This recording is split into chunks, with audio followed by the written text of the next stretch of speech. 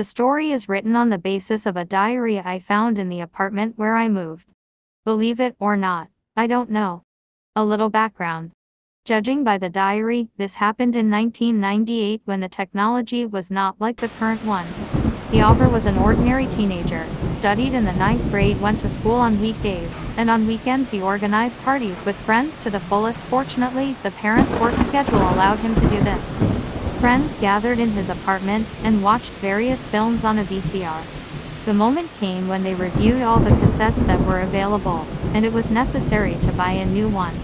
We agreed to chip in on a video cassette as much as possible. In fact, this is where the story begins.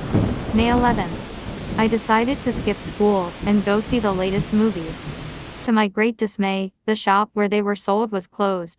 With anguish in my heart, I wandered along the pavement, hoping to be in time for the third lesson. After walking a couple of 100 meters, I stopped in my tracks because I saw something in front of me that caught my attention. I noticed a kiosk that I had never seen in this area before. I walked closer to him. It was a mobile kiosk trailer and, lo and behold, it sold video cassettes. Yes, after all, there is justice on earth, flashed through my head. I began to look at the available goods, but to my disappointment, the choice was nowhere poorer. Just 7 cassettes, lined up with nothing special but an unmarked cover. I thought for a long time whether it was worth the risk in buying any of these cassettes, but in the end I made a choice. I knocked on the kiosk window waiting for an answer, but there was no answer. Then I knocked again. From the other side came a rough male voice. "What do you need?" "I would like to buy a cassette from you," I replied. "Minus what cassette?" I heard a hint of sarcasm in his tone. "He's kidding, isn't he?" I thought. I didn't see his face, but for some reason at that moment the image of a fat, pimply and clumsy blockhead presented itself to me. I wanted to leave, but the desire to impress my friends got the better of my mind. "Here, you have 7 cassettes in a row on your shelf. 25 rubles for a cassette," the voice said seriously. I silently put money in the window and all 7 cassettes were in my hands. Satisfied, I headed home.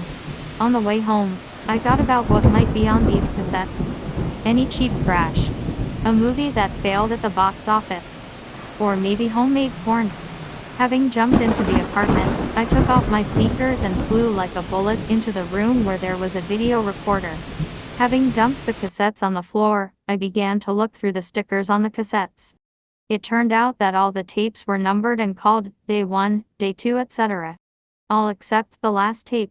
It didn't have a sticker on it. I took a cassette called Day 1 and inserted it into the tape recorder. A simple school notebook with 12 sheets appeared on the screen. On the cover of the notebook, the name of the student was written in clear handwriting: Alexei. I will omit the last name, Class 8 THB, School such and such. Further, the notebook disappeared from the screen, and a recording of shooting by an amateur camera appeared.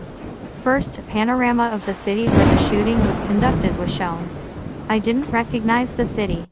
It was winter on the film, it was evening outside. The camera made the characteristic up and down movements, as is usually the case when a person takes pictures while walking. Suddenly, the operator turned somewhere into the bushes and stopped.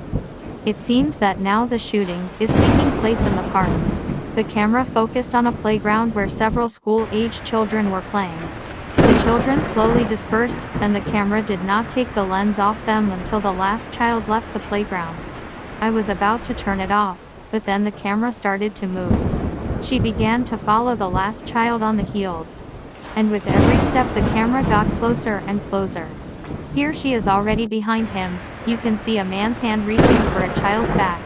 Suddenly, the recording was interrupted, and the next frame plunged me into horror. It contained the same child. I recognized him by his jacket, lying in the snow with his throat slit. But the record didn't end there. The next frame showed the same child, but now he was already sitting at the table and doing his homework. He smiled at the camera, waved his hand, then stood up and joyfully approached the camera. His eyes shone with happiness. The recording was interrupted once again, then the camera again showed the child sitting at another table in a completely different place, but now he was not doing his homework. He was dead. Blood oozed from his throat, and his stiff face was staring at the camera. A rough male voice was heard behind the scenes. This is what happens to those who take long walks in the park and do not listen to their parents. Say hello to your dad, who drunk gave me a take with you in the title role. This was the end of the first cassette. It was terrible. I threw up. I wanted to believe that this was a montage of production, anything but the truth. The first thought that came to my mind was to go to the police.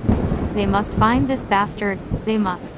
And then I remembered a painfully familiar voice on the tape. I inserted the cassette again, rewound to the end, listened again. Exactly. This is the voice from the trailer kiosk. I was seized with panic. I didn't know what to do. I feared for my life. After all, if the tape is true, then I signed my own death warrant. 25 rubles for a cassette, yes, that's how much my life is worth now. Think. Show it to anyone. Is it worth it? What if the person I show it to blab? Then I'm done. Maybe the bastard is already watching me. He saw my face. Damn. May 12th. I decided not to do anything. I hid the cassettes at home in a safe place where I used to hide cigarettes. The rest of the day went by worse than ever. I was afraid of every rustle, watched what was happening outside the window. Cigarettes flew away one after another. And when there was a knock on the door, I almost went crazy. But fortunately, it was not a maniac with a cleaver behind the door, but my friend Andriika. He came to see how I was doing and why I didn't come to school today. Sadly, I had to lie. I told him that I was ill and would be at home for a couple of days. We talked